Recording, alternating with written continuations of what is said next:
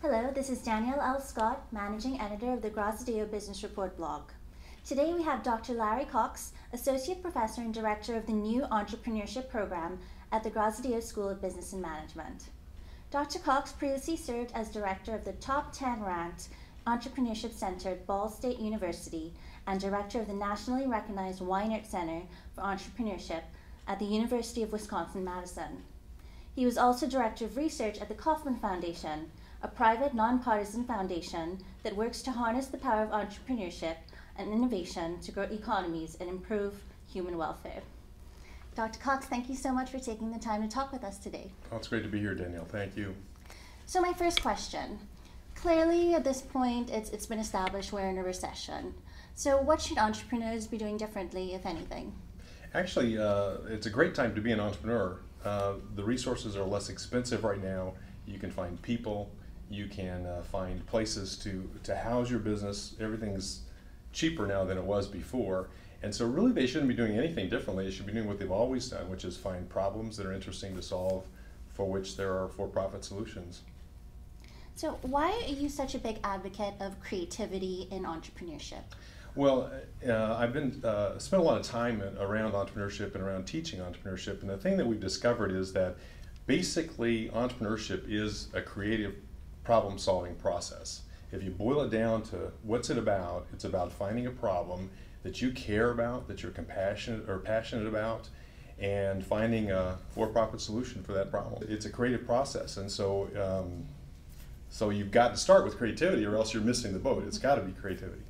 So do you have any tips on how to start this process on generating business ideas? The first thing we start with the students, and this is really interesting, is we begin with the process of examining problems that they're facing. And personal problems are best, things that they care about and are passionate about to start with. That's where we begin. So we'll ask students, what are you passionate about? And they'll tell us surfing, they'll tell us whatever it is, and they'll say, okay, what's the problem there? What do you find a problem in that area? And we begin to explore and begin to think, and pretty soon they find that the things that they encounter in their day-to-day life are great opportunities for businesses. So start with yourself and your own problems. Absolutely. Start with problems you care about. Maybe you care about the environment. Well, we try and break that down into what does that really mean to you? Where does that impact you? What is the piece that you really care about in here that you could have a part of solving? And so we help our students find those pieces. So what are the other important factors to entrepreneurship? I think creativity is the key, because you got to start with the idea. So if you don't have a good idea, it's a moot point. So we help our students find the idea, then we help them find the resources that they need to implement that idea. We help them form the structure for the company, put the plan together, find obviously the funding that they're going to need to launch the venture. So we do a lot of things in there to move them along the process, but we feel like the thing that differentiates our program from other programs in the country is that we begin at the beginning, which is, what's your idea? How can we help you with your idea? So what would you say is the optimal balance between creative, out-of-the-box thinking and solid research and financials that will actually establish the business? It's an interesting question, because you need both. You need to be great at analysis and sort of sorting through the information and the data on the market research side. But entrepreneurs, the more successful ones, the more innovative ones, are the ones that are able to also switch on to the other side of their brain and be creative and come up with the ideas to solve the difficult problems.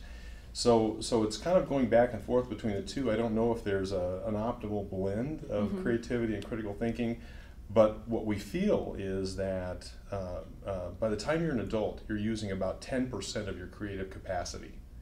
And so when students come in, I don't have to teach them to be more critical in their thinking, because they're already critical. What I have to teach them is to let go and to be more creative and to be free to say things that may not be the smartest thing to say, may not be the most interesting thing to say, but just something that's out there and creative, and to let their imaginations go and use their imaginations. And so that's really the challenge for teaching entrepreneurship. Dr. Cox, thanks so much for your time, and best of luck with the new program. Thanks, Danielle. This is Danielle Scott for the GBR blog. Find us online at gbr.pepperdine.edu/blog.